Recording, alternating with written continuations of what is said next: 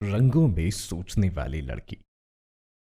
पहली बार जब सवेरा ने अली को बताया कि वो रंगों में सोचती और महसूस करती है, तो वो काफी देर तक हंसता रहा।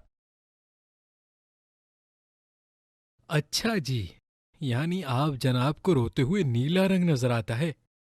मोती की खुशबू डार्क ग्रीन होती है और चेयरमैन साहब के चारों तरफ सफेद रंग का दायरा सा बन जाता है। हा हा हा हा। एक बात तो बता यार। मैं नहीं बताती। तुम मजाक उड़ाते हो।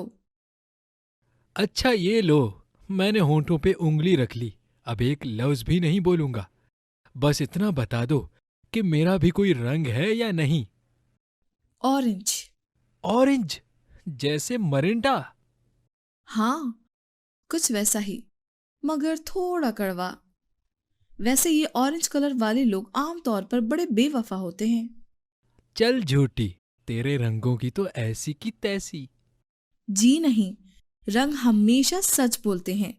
कुछ समझ में आया, मिस्टर अली? सवेरा काफी देर तक उसके झूठ मूठ के गुस्से को एंजॉय करती रही। उस दिन के बाद सवेरा की झिझक दूर हो गई और वो अली से ये सारी बातें शेयर करने लगी। अक्सर वो उसे बताती कि शाहरुख खान की आवाज मरून है और सर्दी की बारिशों का रंग फालसे जैसा होता है। उसे पूरा यकीन था कि पैरासीटामॉल मैदे में जाने के बाद गुलाबी हो जाती है और कश्मीरी चाय से उठती भाप बिल्कुल भी सब्ज नहीं होती।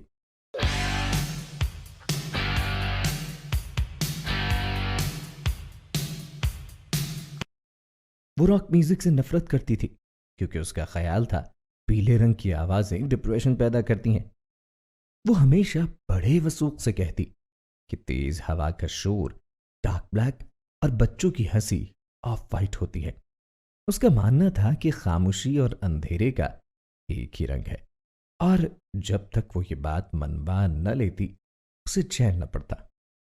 अगरचे अली को ये सारी बातें समझ ना आती, मगर चूंकि वो सवेरा से प्यार करता था इसीलिए उन्हें दिलचस्पी से सुनता और हैरान होने की अदाकारी करता रहता। सवेरा भी अली को बहुत टूट कर चाहती थी और उसकी किसी ख्वाहिश को रद्द नहीं करती थी। वो जब भी उसका हाथ थामता उसे अपने चारों तरफ सब्ज रंग की फुआने से गिरती महसूस होती। फिर उसे यूं लगता जैसे उसका बदन जंगली गुलाबों की महकार से सनसना उठा हो और वो अंदर तक सरशार हो जाती।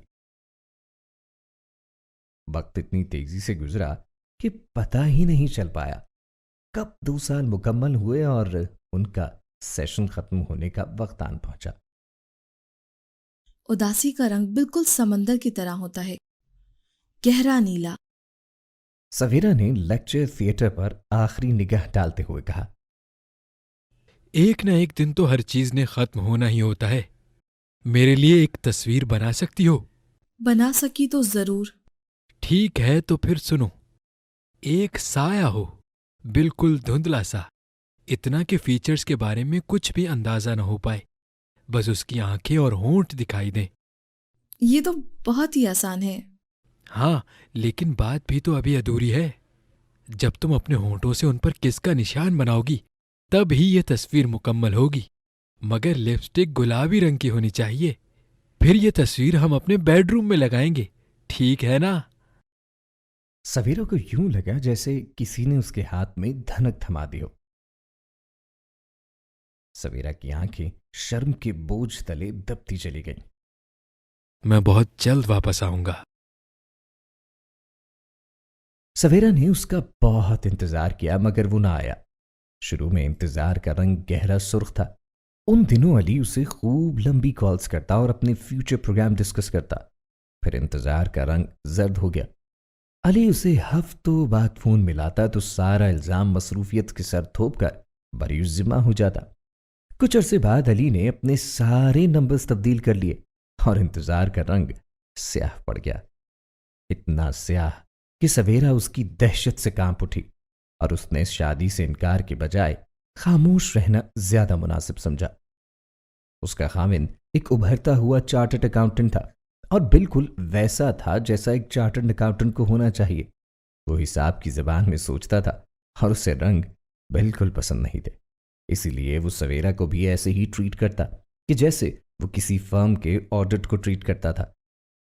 अगरचे वो रॉक म्यूजिक की तरह पीला और बदबूदार आदमी था, मगर इसके बावजूद सवेरा अपने शौहर से नफरत नहीं करती थी, बल्कि उसकी हर छोटी से छोटी जरूरत का ख्याल रखती और उसकी किसी ख्वाहिश को रद्द न करती।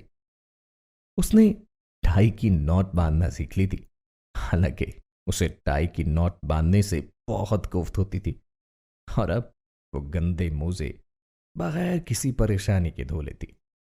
एक रोज जब वो अपने पुराने सामान को खंगाल रही थी, तो उसे वाटर कलर से बनी एक तस्वीर नजर आई, जिसके रंग थोड़े धीमे पड़ गए थे। उसने अच्छी तरह से तस्वीर की गर्द झाड़ी, लिपस्टिक के निशान मिटाए और छोटे छोटे कदम लेती आईने के सामने जा खड़ी हुई। वो काफी देर तक अपना सरापा देखती और कुछ ढूंढती रही। उसे देखकर ज्यादा हैरत न हुई कि रंगों में सोचने वाली लड़की का अपना कोई रंग नहीं था।